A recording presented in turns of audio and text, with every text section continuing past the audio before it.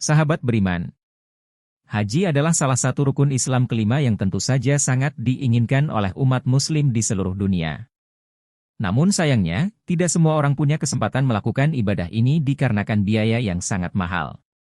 Selain itu juga faktor antrian yang bisa jadi berpuluh-puluh tahun. Beranjak dari fenomena ini, kami merangkum setidaknya ada 7 amalan yang memiliki pahala setara haji.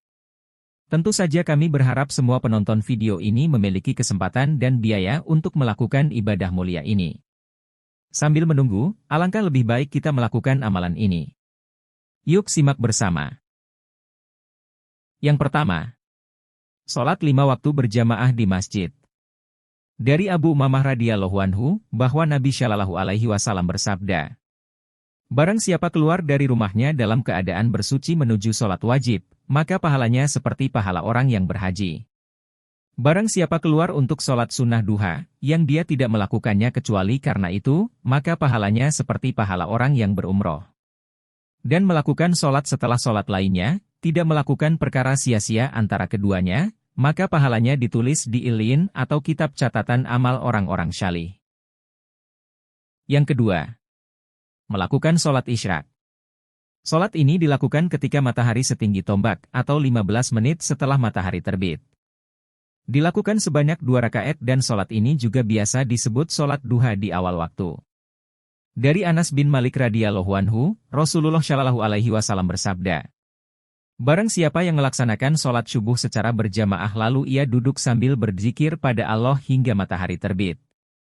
Kemudian ia melaksanakan sholat 2 rakaat, maka ia seperti memperoleh pahala haji dan umroh."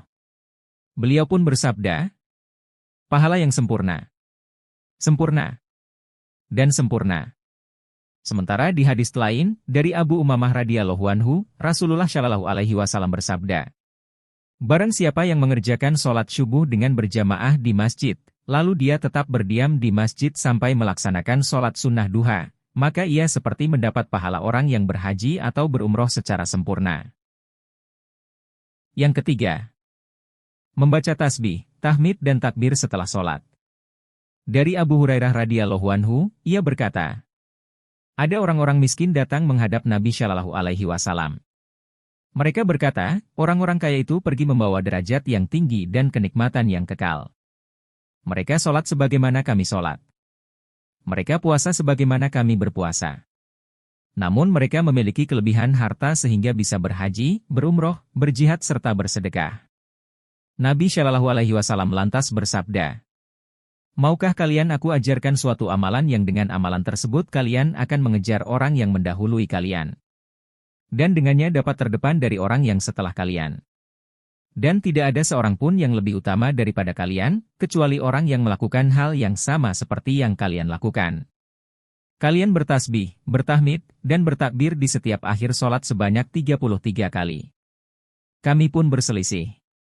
Sebagian kami bertasbih 33 kali, bertahmid 33 kali, bertakbir 34 kali.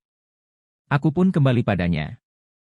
Nabi Shallallahu alaihi wasallam bersabda, "Ucapkanlah subhanallah walhamdulillah wallahu akbar, sampai 33 kali." Yang keempat, umroh di bulan Ramadan. Rasulullah Shallallahu alaihi wasallam bersabda, "Jika Ramadan tiba, berumrohlah saat itu karena umroh Ramadan senilai dengan haji." Dalam hadis yang lain juga disebutkan, "Sesungguhnya umroh di bulan Ramadan seperti berhaji bersamaku." Imam Nawawi rahimahullah berkata, yang dimaksud adalah umroh Ramadan mendapati pahala seperti pahala haji. Namun bukan berarti umroh Ramadan sama dengan haji secara keseluruhan. Sehingga jika seseorang punya kewajiban haji, lalu ia berumroh di bulan Ramadan, maka umroh tersebut tidak bisa menggantikan haji tadi. Yang kelima, menghadiri majelis ilmu di masjid. Dari Abu Umamah radhiyallahu anhu, Nabi Shallallahu alaihi wasallam bersabda, "Siapa yang berangkat ke masjid yang ia inginkan hanyalah untuk belajar kebaikan atau mengajarkan kebaikan, ia akan mendapatkan pahala haji yang sempurna hajinya." Yang keenam, berbakti pada orang tua atau birrul walidain. Dari Anas bin Malik radhiyallahu anhu, ia berkata, "Ada seseorang yang mendatangi Rasulullah Shallallahu alaihi wasallam dan ia sangat ingin pergi berjihad namun tidak mampu. Rasulullah Shallallahu Alaihi Wasallam bertanya padanya apakah salah satu dari kedua orang tuanya masih hidup. Ia pun menjawab bahwa ibunya masih hidup. Rasul pun berkata padanya, "Bertakwalah pada Allah dengan berbuat baik pada ibumu. Jika engkau berbuat baik padanya, maka statusnya adalah seperti berhaji, berumroh dan berjihad." Yang ketujuh, bertekad untuk berhaji. Siapa yang memiliki uzur namun punya tekad kuat dan sudah ada usaha untuk melakukannya, maka dicatat seperti melakukannya. Sebagai contoh, ada yang sudah mendaftarkan diri untuk berhaji, namun ia meninggal dunia sebelum keberangkatan, maka ia akan mendapatkan pahala haji. Hal ini sesuai dengan hadis berikut. Dari Jabir radhiyallahu anhu, ia berkata, dalam suatu peperangan, kami pernah bersama Nabi Shallallahu Alaihi Wasallam, lalu beliau bersabda, "Sesungguhnya di Madinah ada beberapa orang yang tidak ikut melakukan perjalanan perang, juga tidak menyeberangi suatu lembah, namun mereka bersama kalian. Padahal mereka tidak ikut berperang karena mendapatkan uzur sakit." Nah sahabat beriman, mari kita berlomba-lomba untuk melakukan amalan tersebut sambil berikhtiar supaya dimudahkan rezekinya.